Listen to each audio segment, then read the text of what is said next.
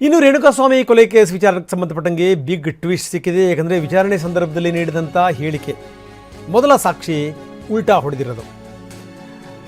ರತ್ನಪ್ರಭಾ ಅವರ ಹೇಳಿಕೆ ಇದೆಯಲ್ಲ, ರೇಣುಕಾಸ್ವಾಮಿಯವರ ತಾಯಿ ರತ್ನಪ್ರಭಾ ಅವರ ಹೇಳಿಕೆ ಮೊದಲು ಹೇಳಿದ್ದೇ ಬೇರೆ, ಈಗ ಅವ್ರು ಹೇಳ್ತಿರುವಂಥದ್ದೇ ಬೇರೆ.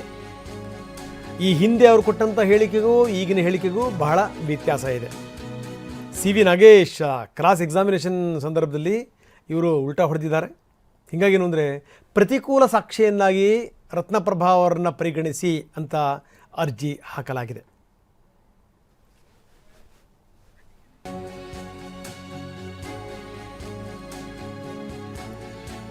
ನಾನು ಹೇಳಿದೆ ಅದನ್ನು, C V Nagesh cross examination ಸಂದರ್ಭದಲ್ಲೇ ತಾಯಿ ಉಲ್ಟಾ ಹೊಡೆದಿದ್ದಾರೆ. ಉಲ್ಟಾ ಹೊಡೆದಿರೋದು ಅಥವಾ ನಿಜವಾದಂಥ ಸಂಗತಿಗಳನ್ನು ಬಾಯಿ ಬಿಡಿಸಿರೋದು ಗೊತ್ತಿಲ್ಲ. ಯಾಕೆಂದರೆ ಆಗಿನ ಹೇಳಿಕೆಗಳು ಈಗಿನ ಹೇಳಿಕೆಗಳು ಅದರ ವ್ಯತ್ಯಾಸ ಇದೆ ಅಂತ ಬನ್ನಿ ನಮ್ಮ ಹಿರಿಯ ಪ್ರತಿನಿಧಿ ರಮೇಶ್ ನಮ್ಮೊಂದಿಗೆ ಈಗ ದೂರವಾಣಿ ಸಂಪರ್ಕದಲ್ಲಿದ್ದಾರೆ. ರಮೇಶ್, ಗಮನಿಸ್ತಾ ಇದ್ದೀವಿ ನಾವು ಈ ಪ್ರತಿಕೂಲ ಸಾಕ್ಷಿ ಅಂತಂದ್ರೆ ಏನು, ಜೊತೆಗೆ ಈ ವಿಚಾರಕ್ಕೆ ಸಂಬಂಧಪಟ್ಟಂಗೆ ರೇಣುಕಾಸ್ವಾಮಿಯವರ ತಾಯಿ ಪ್ರತಿಕೂಲ ಸಾಕ್ಷಿಯಾಗಿ ಪರಿಗಣಿಸಬೇಕು ಅನ್ನುವಂಥದ್ದು ಇದೆಯಲ್ಲ, ಅದೇನಿದು? ಯಾಕೆ ಅವರು ಮೊದಲು ಕೊಟ್ಟಂಥ ಸ್ಟೇಟ್ಮೆಂಟ್ಗೂ ಈಗಿನ ಸ್ಟೇಟ್ಮೆಂಟ್ಗೂ ಏನಾದರೂ ವ್ಯತ್ಯಾಸ ಇದೆಯಾ? ಅದು ಸಹಜವಾಗೇ ಬಂದಿರುವಂಥ ಸ್ಟೇಟ್ಮೆಂಟಾ ಅಥವಾ ಏನಾದರೂ ಒತ್ತಡದಿಂದ ಬಂದಿರುವಂಥ ಸ್ಟೇಟ್ಮೆಂಟಾ? ಅಥವಾ ನೋಡಿ ಮಗನನ್ನು ಕಳ್ಕೊಂಡಿರುವಂಥ ಸಂದರ್ಭದಲ್ಲಿ, ದುಃಖದಲ್ಲಿದ್ದಂಥ ಸಂದರ್ಭದಲ್ಲಿ ಆವಾಗಿನ ಸ್ಟೇಟ್ಮೆಂಟ್ಗಳಿಗೂ ಇವಾಗಿನ ಸ್ಟೇಟ್ಮೆಂಟ್ಗಳಿಗೂ ಏನಾದರೂ ಸ್ವಲ್ಪ ವ್ಯತ್ಯಾಸ ಕಂಡಿರಬಹುದಾ? ಏನಿದೆ ರಮೇಶ್?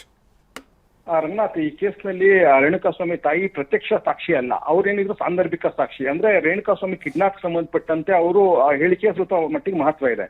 ಅವರು ಎಕ್ಸಾಮಿನೇಷನ್ ಇನ್ ಚೀಫ್ ಅಂತ ಮೊದಲು ಮಾಡ್ತಾರೆ. ಅಂದ್ರೆ ಈ ಸಾಕ್ಷಿಯನ್ನ ಕೋರ್ಟ್ ಮುಂದೆ ಹಾಜರುಪಡಿಸಿ ಪ್ರಾಸಿಕ್ಯೂಷನ್ ಕಡೆಯಿಂದ ಅವರ ಹೇಳಿಕೆಯನ್ನ ತಗೊಳ್ತಾರೆ.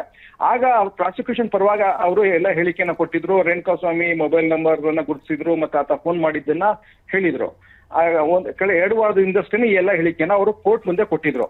ಅದಾದ್ಮೇಲೆ ಪಾರ್ಟಿ ಸವಾಲು ಶುರು ಆಗಿದೆ. ಮೊದಲನೇ ಸುತ್ತಿನ ಪಾರ್ಟಿ ಸವಾಲು ಏನಿದೆ ಅದರಲ್ಲಿ ಅವರು ಆಲ್ಮೋಸ್ಟ್ ಸರಿಯಾಗಿ ಉತ್ತರಿಸಿದ್ರು. ಆದ್ರೆ 2ನೇ ಸುತ್ತಿನ ಅಂದ್ರೆ 1 ವಾರದ ನಂತರ ಶುರು ಆದಂತಹ ಪಾರ್ಟಿ ಸವಾಲಿನ ಸಂದರ್ಭದಲ್ಲಿ ಕೆಲವೊಂದೊಂದು ಹಿಂದೆ 15 ದಿವಸದ ಹಿಂದೆ ಹೇಳಿ ಕೊಟ್ಟಂತ ಸ್ಟೇಟ್ಮೆಂಟ್ಗೂ ಈಗಿನ ಸ್ಟೇಟ್ಮೆಂಟ್ಗೂ ವ್ಯತ್ಯಾಸಗಳು ಕಂಡು ಬರ್ತಾ ಇದೆ. ಅಂದ್ರೆ ಈಗ ರೇಣುಕಾಸ್ವಾಮಿ ಮೊಬೈಲ್ ನಂಬರ್ನ ಐಡೆಂಟಿಫೈ ಮಾಡೋದಿರ್ಬೋದು, ಈ ರೀತಿ ಕೆಲವು ಪ್ರಶ್ನೆಗಳಿಗೆ ಅವರು ಮೊದಲಿಗೆ ಕೊಟ್ಟಂತ ಹೇಳಿಕೆಗೆ ವಿರುದ್ಧವಾದಂತ ಹೇಳಿಕೆಯನ್ನು ಕೊಟ್ಟಿದ್ದಾರೆ. ಹೀಗಾಗಿ ಈಗ ಪ್ರಾಸಿಕ್ಯೂಷನ್ ಅವರು ಎಷ್ಟು ಇಂಪಾರ್ಟೆಂಟ್ ಆಗುತ್ತೆ ರಮೇಶ್? ಇದು ಎಷ್ಟು ಇಂಪಾರ್ಟೆಂಟ್ ಆಗುತ್ತೆ?